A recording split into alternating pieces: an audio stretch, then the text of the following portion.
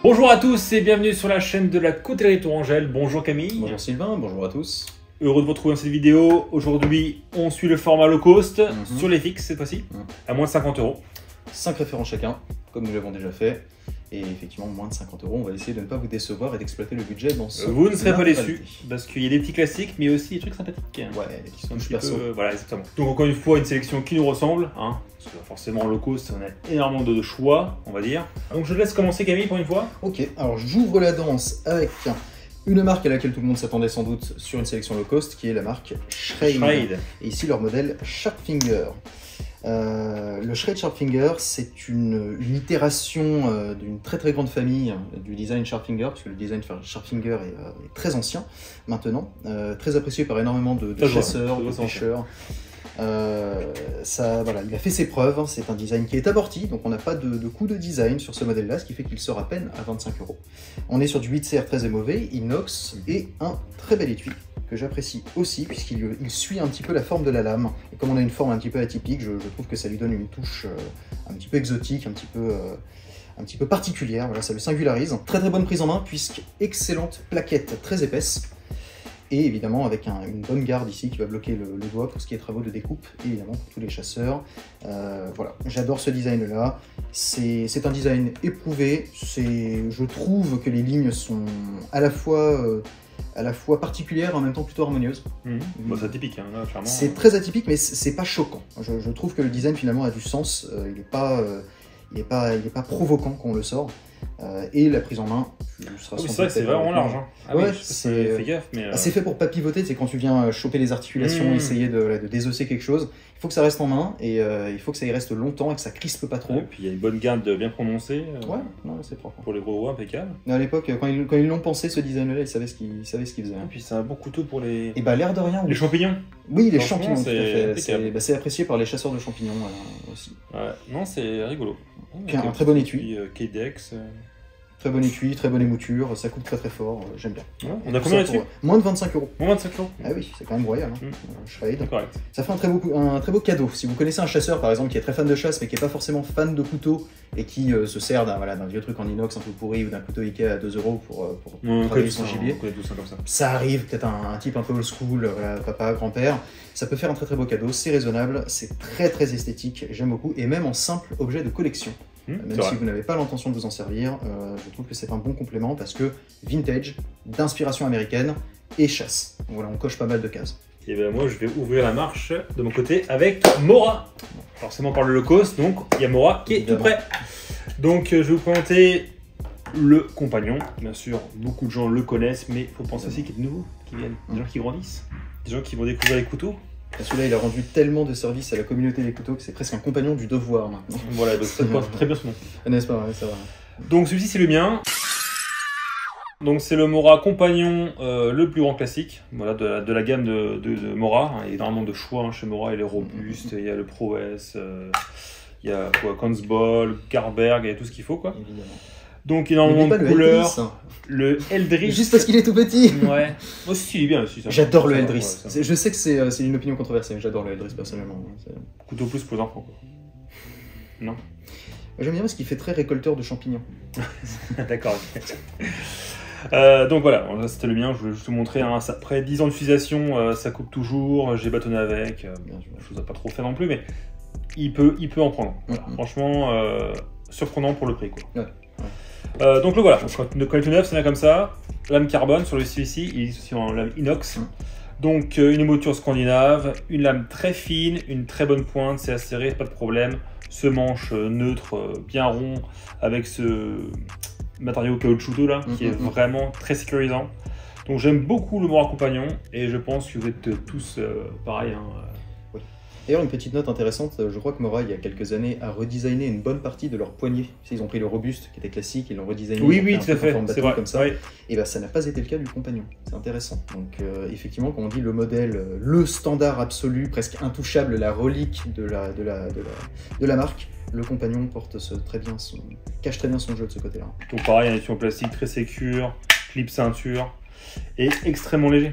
Ouais. Franchement, voilà. Donc petite histoire aussi, parce que vous avez sûrement dû voir dans le coin de la table un petit modèle orange, bien fluo parmi tout ça. Donc celui-ci, juste comme ça pour la petite notification, c'est le couteau que Mike Horn avait choisi pour son expédition antarctique. Il n'y a pas très longtemps, je crois peut-être 2-3 ans en arrière. D'ailleurs, il n'avait pas réussi à aller jusqu'au bout parce qu'il avait des petites engelures et des petits problèmes sur le terrain. Donc il avait pris le Mora Outdoor 2000 pour son périple. Comme quoi, vous voyez, on pouvait être un très très grand aventurier et partir avec un couteau à moins 30 € et ça fait le boulot. Donc c'est ça montre aussi que le Mora, c'est fiable, quoi. Voilà, sinon, on serait parti avec autre chose. Donc voilà pour le Mora Outdoor 2000. Il y a une petite note, hein, ce n'est pas le couteau qui fait le résultat, c'est le manieur. C'est manieur. Oui, deuxième option, deuxième entrée donc dans mon top 5. Encore old school. Encore du old school, et du old school finalement très similaire dans ses attributs et dans son esprit. Ici on est sur Dexter USA, Made in USA, et c'est le modèle Green River de chez Dexter USA. C'est de l'acier au carbone, c'est des plaquettes en bois dur, des goupilles en laiton, toutes bêtes, super fin. Pas de garde, manche un petit peu cercueil, slash pouco, slash barrel, voilà, appelez ça comme vous voulez. Facetté, donc très très sécure dans la main. Vraiment, on sent extrêmement bien l'orientation du tranchant, ça va être super pour les travaux culinaires notamment, puisqu'évidemment on est un peu sur un design couteau de chasse, très inspiré de pas mal de... Alors, dans des dimensions un petit peu réduites, mais très inspiré quand même des French knives et des trade knives qu'on pouvait trouver lors de la conquête de l'Ouest, un petit peu, c'est un esprit similaire en mode couteau de boucher, couteau polyvalent, mais surtout orienté chasse et nourriture, et qui aurait aussi éventuellement un potentiel un peu plus champignonesque pour les amateurs. Fourni sans étui, j'ai fait l'adjonction d'un petit étui aftermarket tout bête comme ça à quelques euros. Vous n'y êtes pas obligé, hein, vous pouvez tout simplement lui faire un étui vous-même, puisque c'est un très bon projet de customisation éventuelle. Ça tombe bien en mode Kidex. Ça tombe bien, ouais, du Kidex pour un design comme ça marcherait, hein, mais ça me ferait mal au cœur. Oui, c'est vrai. Franchement, ça me ferait mal au cœur. T'as raison, mais étui en cuir, ça serait bien mieux. Un folle vicieux. Après, si vous aimez le Kidex, vous aimez D'ailleurs, le on Kidex. reste sur des couteaux là pour l'instant à des manches larges et des lames très fines. Hein. Vraiment atypique couteau chasse. Hein. Bah, le coût des matériaux, quoi. Il faut des designs simples. C'est comme sur celui-là, la simplicité, le fait qu'il n'y ait pas de garde, par exemple, que la lame ne soit pas alambiquée, qu'il n'y ait pas trop de travail, des émoutures plates très simples, ça permet de faire des économies de machining et des économies de matériaux. Et on arrive à des résultats très satisfaisants malgré des tarifs raisonnables. Ici, on est à moins de 30 € quand même. C'est quand même relativement impressionnant pour ce genre de qualité-là. Très très bonne émouture et très très bon tranchant aussi. Donc ça va faire le travail en sortie de boîte sans problème. J'aime beaucoup. Voilà. Dexter USA, le Green River. Donc je vais partir chez CRKT. Donc pareil, encore une fois, marque américaine. Donc je doute que ce produit soit fabriqué en Amérique. Absolument pas. Donc c'est la série des minimalistes. Donc minimaliste qui est très très apprécié auprès de nos auditeurs. Alors si vous ne connaissez pas encore ce modèle-ci, eh ben, c'est l'occasion. Parce que celui-ci est excellent. Voilà. Alors le minimaliste, reconnaissable avec cette poignée particulière, cette prise en main, excellente, très large par rapport à la lame. Donc il existe plusieurs versions de forme de lame. On a du Bowie, katana, Bill, Tanto, oui, il y a le katana et il y a le Tanto. Ce sont deux différents, il me semble. Il y a un cleaver et il y a un Bill comme tu as dit. Toutes les formes de lame. Ça c'est le spear. C'est le spear pour celui-là. Il vient à 37 €. Il a un étui en POP, donc c'est pas du Kidex, mais il fera très bien le boulot, pas de problème. On a aussi la petite cordelette pour le tour de cou. Ici, on peut monter dessus pour avoir un clip ceinture, tout simplement. Enfin, c'est pas vraiment un clip, c'est un passe en ceinture. On a ici le petit cordon pour régler anti-étranglement. Exactement. On a une petite dragonne en plus. Alors, les dimensions de ce couteau. Longueur totale 13 cm, lame 5,4 cm, épaisseur 3,7 mm et un poids de 59 grammes. Donc un peu au-dessus de la moyenne au niveau du poids, mais ça reste quand même très acceptable pour un tour de cou. Ça va être dû à l'épaisseur et à la qualité des plaquettes. Exactement, voilà, qui participent et qui même font la majorité du travail pour ce qui est de la prise en main, qui est absolument remarquable. Le minimaliste, si vous n'avez jamais eu de minimaliste en main et que vous avez l'occasion d'en prendre en main à l'occasion d'un salon par exemple, faites-le, vous risquez d'être conquis. Et après, il vous faudra toutes les gammes, vous êtes prévenus. Bon, après, pour ces tarifs-là, ça reste gérable, négociable, mais soyez prévenus, le minimaliste, en général, a tendance à vraiment conquérir tout le monde. Tout le monde se satisfait de cette prise en main, c'est très impressionnant. Et puis c'est très joli ces plaquettes vertes comme ça. C'est vrai que c'est sympa aussi, c'est bien travaillé. D'ailleurs, les moutures est creuse. Je viens de recevoir ça. C'est une mouture creuse, très sympathique. Sur un couteau de cou, c'est un bon choix. Et puis toi, tu peux ouvrir la main, tu peux manipuler sans problème, ça reste un petit peu comme la grille de Fred Perrin, tu vois. c'est dans le délire. Non, c'est pour ce qui est pénétration, ouvrir les cartons. Voilà, la est vraiment excellente. C'est vraiment superbe. Donc forcément, il avait sa place dans le top 5. Là où je vois une petite idée de customisation, puisque pour ces prix-là, pourquoi se priver? On pourrait expérimenter un petit peu, mais ce serait de faire une petite garde en D, en tressage par acorde par exemple, et percer les deux côtés, faire une petite garde en D pour avoir un truc qui reste dans la main, même si tu l'ouvres complètement. Ça pourrait être rigolo si vous avez des petits projets comme ça pour expérimenter un peu, c'est le genre de truc que je ferais de mon côté. Troisième entrée pour moi, alors on a fait Schrade bien sûr, on a fait Mora, on a fait CRKT qui sont des piliers, et on a fait Ontario. Si vous suivez le monde de la coutellerie depuis longtemps, vous savez la marque qui arrive ensuite, couteau fixe à moins de 50 €, on s'en doute tout de suite, on part chez Cold Steel. Voilà, c'est aucune surprise de ce côté-là, peut-être même surpris de ne pas l'avoir eu avant, mais je fonctionne par ordre de tarif, et celui-ci se situe à 40 €, très exactement pour l'instant, le GI Tanto. Le GI Tanto qui est un design fondateur presque chez Cold Steel. Il associe énormément des caractéristiques de la marque, comme le Tanto américain, le design un petit peu mode ninja, très agressif et très assumé. J'aime beaucoup ce genre de design, parce que c'est très polyvalent et c'est très satisfaisant, ça fait un très bon cadeau. Des bonnes caractéristiques, un acier 1055, un choix qui peut paraître discutable selon les opinions, qui moi ne me choque pas, parce que ça fait un machining qui va être beaucoup plus simple, et c'est un acier qui va se prêter à le plus d'utilisation possible. Et je sais que beaucoup d'amateurs se servent de ce genre de lame pour le lancer, par exemple. Oui, c'est vrai, c'est un très bon coup de lancer. Voilà, le 1055 fera le taf. On peut dévisser les plaquettes, et on peut les remplacer éventuellement. C'est pas cher du tout à 40 €. L'étui est parfait, il n'y a rien à dire, c'est du Securex, c'est super costaud, il n'y a pas de jeu, ça se rentre dedans et ça reste dedans parfaitement. Le passant, la boucle à bouton pression fonctionne, et pas besoin de retirer la ceinture pour l'enfiler dessus. Donc vraiment que des bonnes caractéristiques de ce côté-là. J'adore le GI Tanto. On est presque sur un design un petit peu subhilt aussi, avec cette garde qui reste relativement fine, et vraiment le finger choil très assumé, c'est super. C'est vraiment le couteau de méchant, quoi.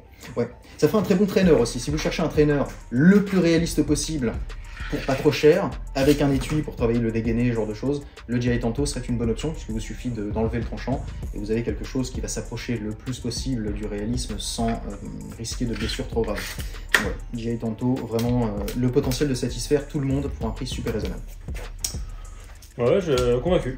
Moi, je suis pas trop fan du design en soi, mais non, très utilitaire. Il a les défauts de ses qualités. C'est-à-dire un design comme ça qui peut satisfaire tout le monde ne satisfera jamais tout le monde à 100%. Ouais. Donc le bushcrafter va dire oui, mais le finger choil, je m'en fiche. Le mec tactique, il va dire oui, mais il n'y a pas assez de texture sur la poignée. Le mec qui fait du lancer, il va dire oui, mais la poignée est en craton, elle va se détruire au fur et à mesure. Et les vis, il n'y en a que 2 et ça va pas tenir. Oui, c'est vrai, mais pour 40 €, c'est pardonnable, et c'est même ça peut être pallié très facilement pour deux bouts de ficelle et une perceuse. Donc, que dire de plus? Le GI Tanto, pilier de chez Cold Steel depuis des décennies maintenant, et pas pour rien. Et effectivement, moi aussi, j'ai pas touché Cold Steel. Hein. On apprécie beaucoup Cold Steel, hein. Vraiment. Ce que nous offre Cold Steel pour l'argent, c'est ce que disait Lane Thousand, c'est sa politique. Hein. Ouais. C'est vraiment ça, quoi. Voilà, on donne de l'argent, mais derrière, on a quelque chose, quoi. On a de la matière. Et il y a aussi les économies d'échelle chez Cold Steel. Puisqu'ils sont, alors oui, ils sont très connus, oui, ils sont un petit peu peut-être trop omniprésents selon les goûts. Oui, ils sont délocalisés en Chine, oui, blablabla. Oui, c'est vrai, mais les économies d'échelle leur permettent quand même de nous apporter un rapport qualité-prix difficilement surpassable. Et une variété de design qui est aussi très remarquable. Chez Cold Steel, il y en a pour tout le monde. Du bushcrafter au survivaliste, à l'enfant, au lanceur de couteaux, à tout ce que vous voulez. Il y en a pour tout le monde, et je leur en suis reconnaissant finalement. Après, vu que c'était racheté quand même par GSM Outdoor, c'est vrai. À voir dans le temps ce qu'ils font de la marque, quoi. Effectivement. Pour l'instant, les designs, c'était pas ouf. Ils ont sorti des vieux modèles, c'est vraiment cool, appréciable. Par contre, ils ont fait des trucs comme si c'était des immondicités. Toutes les consultations de l'immondicité. T'as compris? C'est vrai que toutes les consultations qu'ils ont fait de leur fanbase la plus fidèle a résulté dans des projets qui ont eu énormément de succès, comme le Talwar par exemple.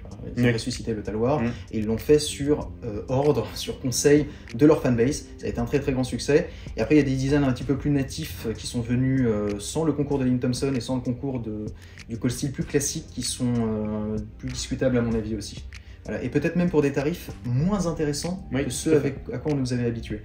Donc Cold Steel, c'est discutable, ils sont pas parfaits, mais c'est quand même des contributeurs à l'univers de la coutellerie qu'on ne peut pas oublier. Voilà. Et donc on leur rend hommage ici, et à raison. Donc, le SRK de chez Cold Steel. Pas besoin de le présenter, allons passer dessus. Donc, voilà. C'est ça. Le SRK, voilà, c'est le SRK. C'est un grand classique, hein. C'est un peu comme le compagnon de chez Mora, quoi. Bon, après, voilà, il y en a qui sont pas forcément censés le connaître. Le couteau en lui-même, on est sur une longueur totale de 24 cm, une lame de 12 cm, épaisseur 4 mm. Ça commence à faire. Un manche en craie X et un poids de 145 grammes. Bien sûr, avec une petite émouture Saber Grind.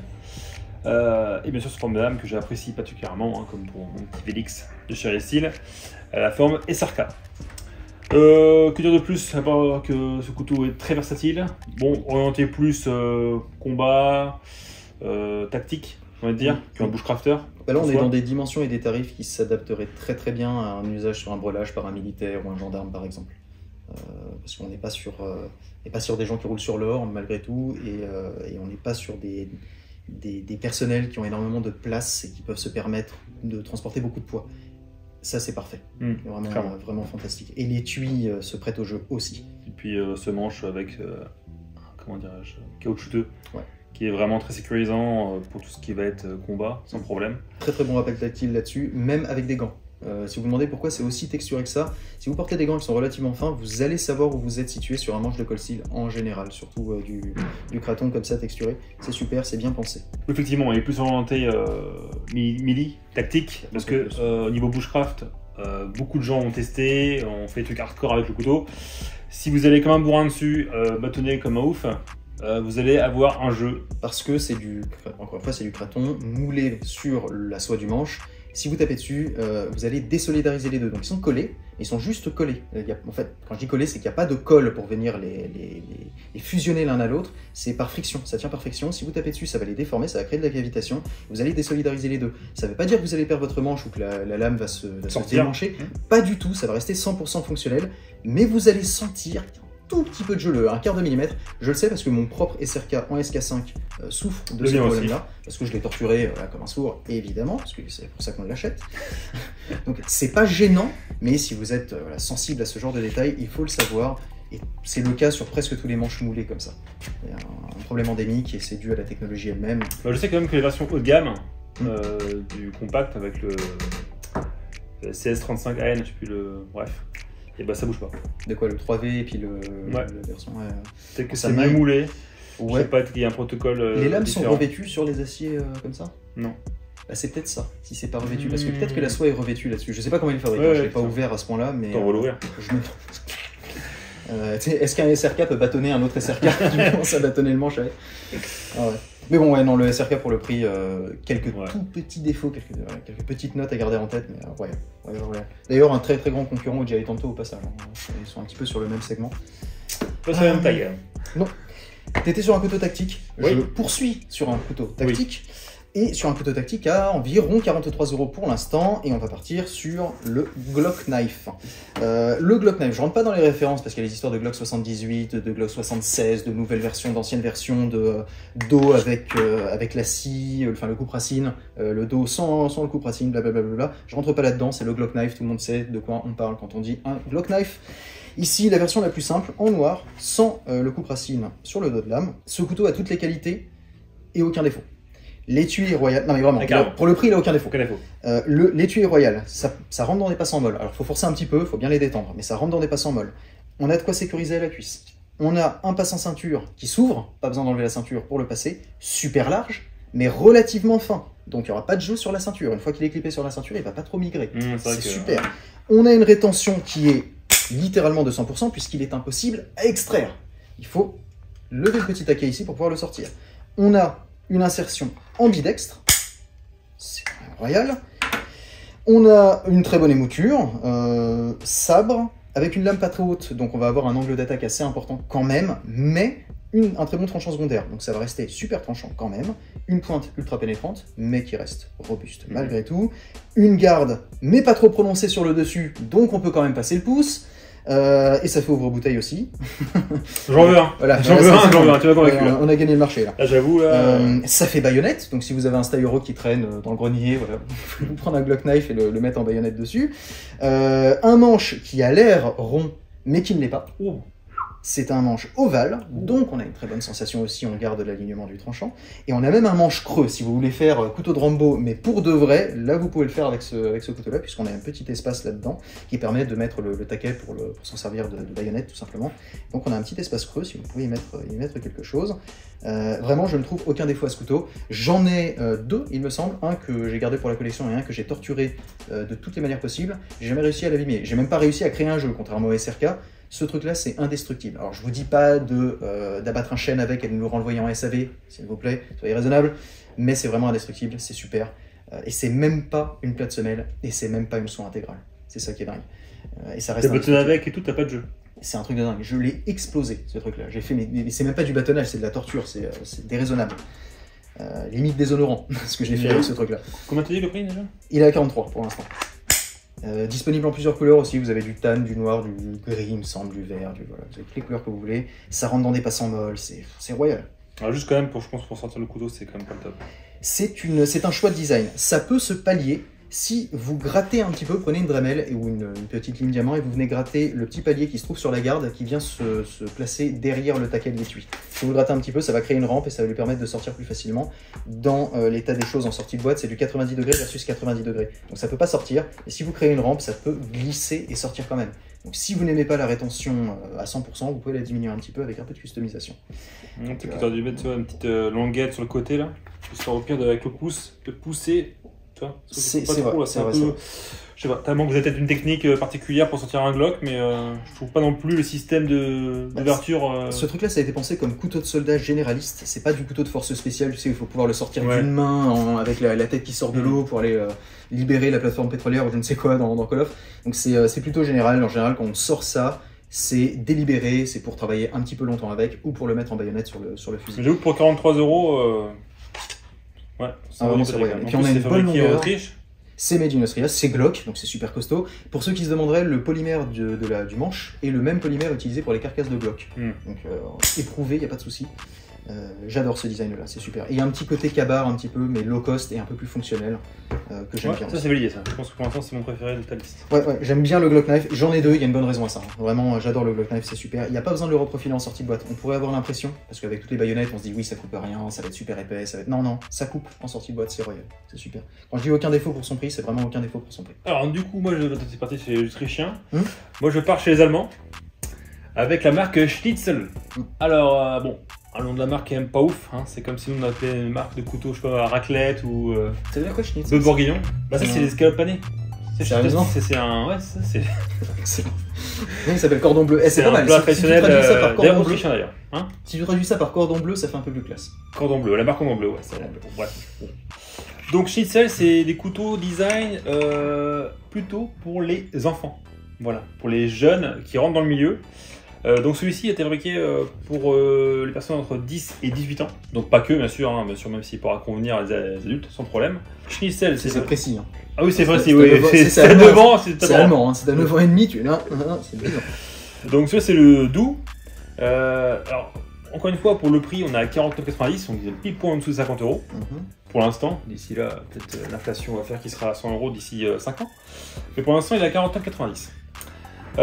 Donc on est sur un acier 14 C28N, donc acier suédois, donc pas de problème, c'est très bon acier, ça fait ses preuves, c'est parfait. On sera sur des plaquettes en G10, avec deux vis écrou bien sécures, pas de problème, donc on peut démonter plus facilement pour l'entretien. Tête plate, c'est appréciable, ça se fait de moins en moins dans des jours. Exactement, tête plate. En général c'est plutôt sur des couteaux plutôt mid-gamme qui font des trucs comme ça. Ouais, c'est des choix de design un petit peu affirmés qu'on retrouve du 300 € plus. Ouais, généralement. Un étui en Kydex, pas en POP, en Kydex, très bien moulé, sans problème. La rétention, elle est superbe, il n'y a pas de jeu, ça ne bouge vraiment pas. Il n'y a pas de bruit. Schnitzel, au passage, je piggyback sur ton exposé.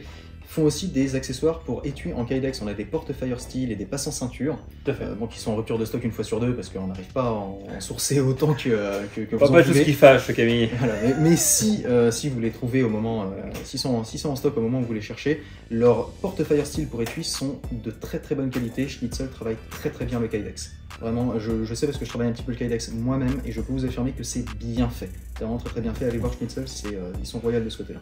Ouais, je pense que c'est une très bonne marque qui n'est pas assez connue, c'est pour ça que je la présente. Parce que moi j'aime beaucoup leur design, c'est vraiment atypique.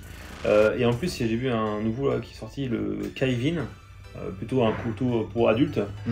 Pareil, en mode Puko, vraiment superbe. Non, vraiment. Même celui-là est très bien, franchement. Pour un adulte, c'est parfait. Moi, ça tombe très bien en main. Je dépasse pas.